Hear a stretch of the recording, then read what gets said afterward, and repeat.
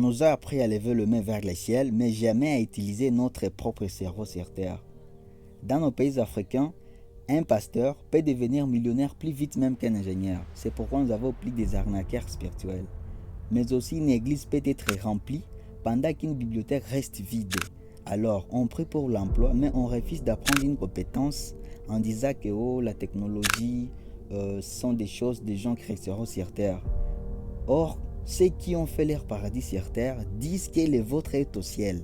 Maintenant, on attend les miracles et dons des nations qui ont abandonné la science, la discipline, le travail et toute autre chose là. Le problème, c'est pas Dieu. Le problème, c'est notre manière de comprendre Dieu. Nous avons humanisé Dieu. On dit que Dieu a créé l'homme à son propre image. Mais nous avons créé le Dieu à notre propre image. Étant fainéants, nous avons fui nos propres identités. C'est seulement à nous de pleurer, de demander. Même la nature nous oblige une loi.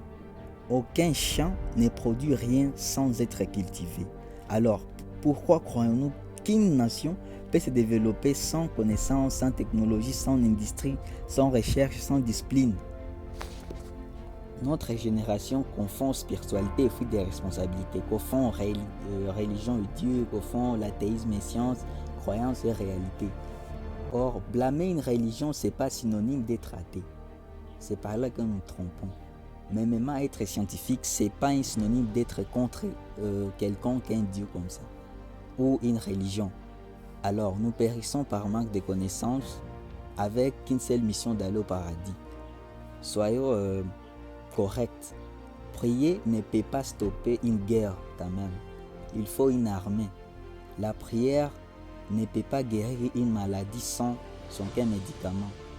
Tant que tu te focalises sur la prière sans apprendre la science, tout demeure rigide. Et enfin, on reste victime du sous-développement. Et comme nous nous focalisons sur la prière que le travail, c'est par là que nous condamnons l'avenir. Dieu ne descend pas pour construire des routes. Dieu ne descend pas pour programmer les logiciels. Dieu ne descend pas pour créer des entreprises. Donc c'est l'homme qui doit tout transformer dans le monde. Une nation change les jours où l'école devient aussi sacrée comme une église. Les jours où un scientifique inspire autant qu'un prophète. Les jours où les jeunes comprennent que la foi sans action reste toujours un rêve. Maintenant, toi étant que jeune africain, quel conseil pourrais-tu donner aux autres? Tu peux l'écrire dans les commentaires. Mais aussi n'oubliez pas de vous abonner. Nous disons merci d'avoir regardé la vidéo jusqu'à la fin. Rendez-vous à la prochaine. Vive